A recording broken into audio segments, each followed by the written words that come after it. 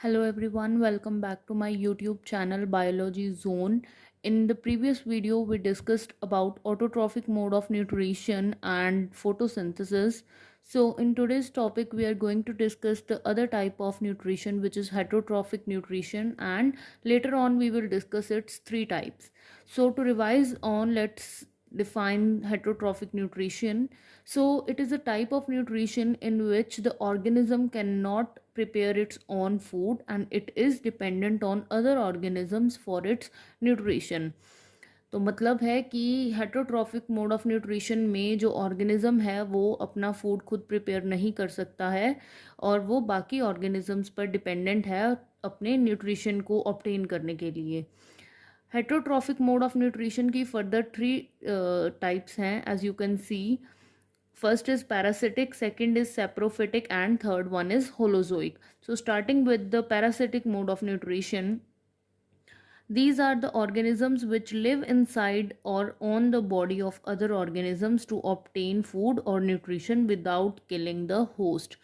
अब ये जो ऑर्गेनिजम्स हैं ये किसी भी दूसरे ऑर्गेनिज्म की बॉडी पे रहते हैं या बॉडी के अंदर रहते हैं अपना न्यूट्रिशन ऑब्टेन करने के लिए, पर ये उस ऑर्गेनिज्म को यानी कि अपने होस्ट को जिसके अंदर वो रह रहे हैं उसको किल नहीं करते हैं, मारते नहीं हैं, उनके ऊपर या उनके अंदर रह के ही अपना न्यूट्रिशन ऑब्टेन करते हैं.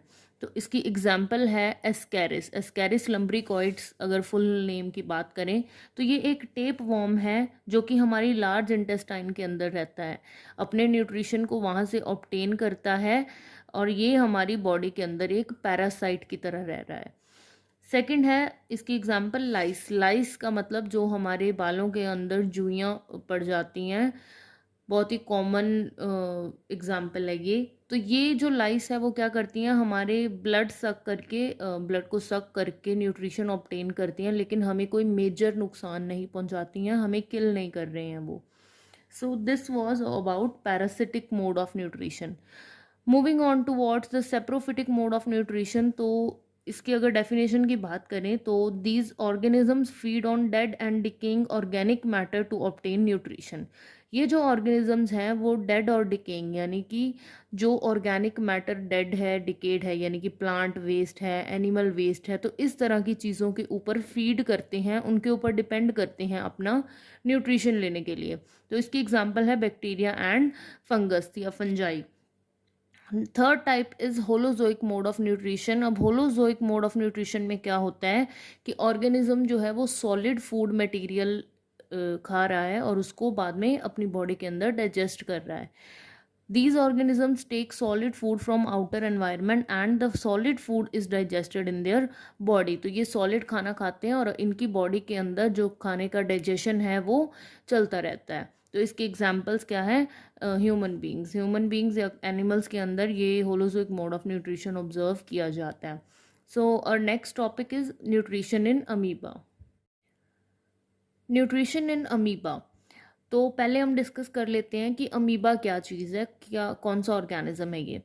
Amoeba is a unicellular eukaryotic organism which have flexible plasma membrane which can change itself into pseudopodia. अब अमीबा एक यूनिसेलुलर ऑर्गेनिज्म है. यूनिसेलुलर मतलब जो एक ही सेल से बना हुआ है, पूरी बॉडी के अंदर एक ही सेल है. हम मल्टी सेलुलर हैं बट अमीबा क्या है, यूनिसेलुलर. यूकैरियोटिक का मतलब है कि इसका न्यूक्लियस जो है वो फुली फंक्शनल है, वेल डेवलप्ड है, न्यूक्लियर मेम्ब्रेन से सराउंडेड है. तो और इसके पास क्या है, प्लाज्मा मेम्ब्रेन जो कि फ्लेक्सिबल है, मतलब अपनी शेप चेंज कर सकती है और शेप चेंज करके किस में कन्वर्ट हो सकती है, सूडोपोडिया में. सूडोपोडिया को और क्या बोला जाता है अमीबा के अंदर, फॉल्स फीट. अब हम बात करेंगे कि अमीबा के अंदर न्यूट्रिशन कैसे होता है, how nutrition takes place in amoeba. तो सूडोपोडिया का जो काम है वो क्या है, फूड को इनटेक करना. अब with the help of diagram we will see how nutrition occurs in amoeba. तो सबसे पहले आप देखिए कि इस तरह का ऑर्गेनिज्म है अमीबा जिसकी प्लाज्मा मेम्ब्रेन फ्लेक्सिबल है, शेपलेस है. अब जब फूड पार्टिकल इसके बिल्कुल पास होता है तो ये plasma membrane, as you can see in the second diagram, plasma membrane ने अपनी शेप इस तरह से चेंज की है और क्या बनाया है, फिंगर लाइक प्रोजेक्शंस, जिनको क्या बोला गया है, सूडोपोडिया. अब नेक्स्ट स्टेप में क्या होगा, ये जो सूडोपोडिया है ये पूरा इसको ओवरलैप कर लेगा, फूड पार्टिकल को ओवरलैप कर लेगा और एक वैक्यूल बना लेगा जिसको हम क्या बोलेंगे, फूड वैक्यूल। अब इस फूड वैक्यूल के अंदर क्या होगा कि ये जो फूड था ये ब्रेक कर जाएगा छोटे छोटे पार्टिकल्स में, इसका डाइजेशन होगा। फूड का डाइजेशन इट मीन्स कहाँ हो रहा है, फूड वैक्यूल के अंदर। It is an important question, आपको एमसीक्यू की फॉर्म में भी पूछा जा सकता है कि in which part of amoeba does the digestion of food takes place, and the answer will be food vacuole. तो फूड वैक्यूल के अंदर डाइजेशन हुआ, जो डाइजेस्ट होने के बाद फूड था वो इस तरह से, अब ये जो प्लाज्मा मेम्ब्रेन थी फिर से फूड वैक्यूल की जो मेम्ब्रेन है वो रप्चर करेगी, जो डाइजेस्टेड फूड है वो पूरी बॉडी के अंदर मूव कर जाएगा और साइटोप्लाज्म की हेल्प से पूरी बॉडी के अंदर सर्कुलेट हो जाएगा। इट मीन्स कि प्लाज्मा मेम्ब्रेन का फंक्शन जो है वो इम्पॉर्टेंट है अमीबा के न्यूट्रिशन में, because it can change its shape and form pseudopodia which helps in the intake of food. अब एक टर्म है एंडोसाइटोसिस। एंडोसाइटोसिस क्या है कि वो प्रोसेस जिसके अंदर प्लाज्मा मेम्ब्रेन अपनी शेप चेंज करके फूड के इनटेक में हेल्प कर रही है, फूड को एनगल्फ कर रही है। The process of intake of food in which plasma membrane changes its shape for engulfing the food, कि फूड इनटेक का एक ऐसा प्रोसेस जिसके अंदर प्लाज्मा मेम्ब्रेन अपनी शेप चेंज करेगी फूड को एनगल्फ करने के लिए, अपने अंदर इनटेक करने के लिए। तो ये टॉपिक था न्यूट्रिशन इन अमीबा। इसके अंदर बेसिकली 3 क्वेश्चंस बन रहे हैं। फर्स्ट क्वेश्चन ही है कि फूड का डाइजेशन कहाँ हो रहा है, तो उसका आंसर आएगा फूड वैक्यूल। अमीबा के पास ऐसा क्या है या किसकी हेल्प से वो फूड इनटेक कर रहा है, तो इनटेक किसकी हेल्प से कर रहा था, सूडोपोडिया की हेल्प से, तो उसका आंसर आ जाएगा सूडोपोडिया।